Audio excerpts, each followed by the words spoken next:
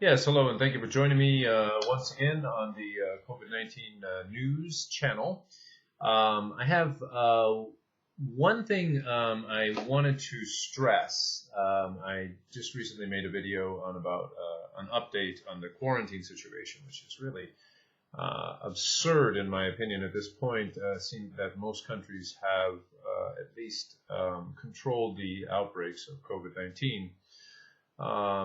That to continue with the quarantines is is really overkill, to say the least, and is not certainly not helping the situation. Certainly not helping people get back on their feet and back to work, which economic declines and depressions and recessions kill people too, if not physically, definitely financially, which is can be just as bad as getting sick with a virus that could potentially kill you. But that being said, I wanted to stress the point that there is, in my opinion, there is quite a danger here in the situation that we are in as the public now, and that is that if governments around the world are not willing to relinquish control, are not willing to ease up on these restrictions, some are. Some countries like Serbia, Mexico, Sweden, obviously, Belarus, and a handful of other countries are relaxing their restrictions as they have seen their cases go down, which I certainly applaud. I think that's wonderful. They are following, they are respecting their public and their publics and their populations, which is good to see. But there are still a considerable number of governments around the world that are not doing that. And this is a dangerous situation when you have governments that are not following the science or the doctors or even the statistics. The statisticians that are advising them as far as how they should proceed with government policy, with the legalities of the case of their individual cases. And this is a dangerous situation because this means that if you are in a country like this means that they are, or a part of a country that is enacting these policies. This is a dangerous situation because this means that you're under a government and under governance or rulership that is not going to give up this power that they have over you, or willingly or easily. And even if your cases go down, or even if the COVID-19 is controlled, or there is a vaccine and a tracking system and all this stuff, they still won't.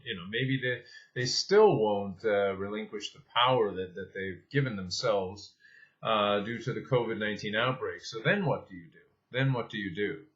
If you're under a government that is really enjoying this power, and they're not going to listen to medical professionals, or they're not going to listen to statisticians, people that do the statistics, or epidemiologists, to relinquish their power and give freedom back to the people, freedom of movement, freedom to work in their businesses, freedom to go back to work. Then what do? Then you're in a bad situation, right? Then either you sit around, you take it, and you stay under permanent quarantine or permanent martial law or permanent tracking, or you fight back, and that's going to be the situation that a lot of maybe considerable number of countries, I would say a majority of countries may find themselves in the world, is that their governments are not willing to give up this power, or they're willing, they may, some may even try to increase their power over the public control, which is another terrible situation. So, hats off to the governments, certainly Sweden and in some parts of the United States too are certainly opening back up. Hats off to these countries that are doing this. Mexico has pretty relaxed restrictions. Belarus, Serbia, some countries that are relaxing restrictions. South Korea. These countries are being reasonable about it. But there are some countries that are not doing it, and it comes down to, once you give a country power, once you give a government too much power, oftentimes they don't want to give it up.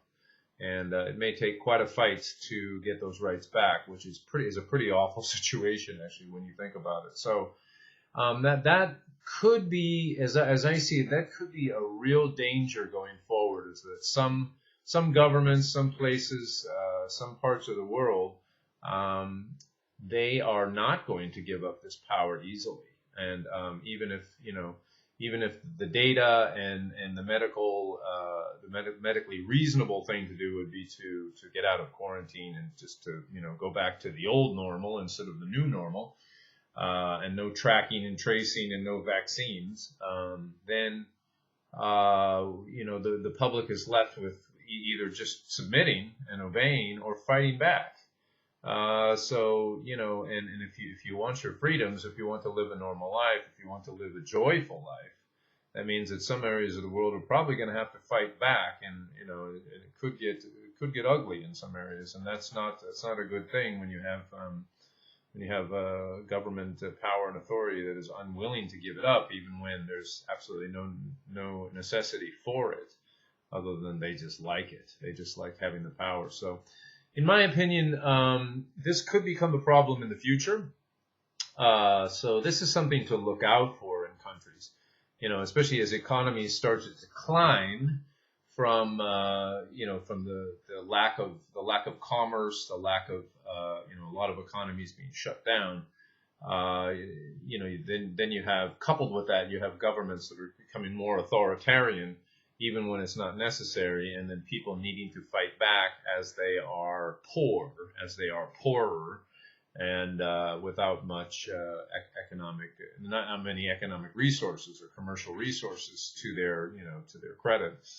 So this is another thing to think about. In addition to the economic problems, are the authoritarian government problems, which could become a serious problem in the future if governments just start to get really, really used to this extra power that they have over the public, and the social distancing and the do this, do that, and they don't want to give this up.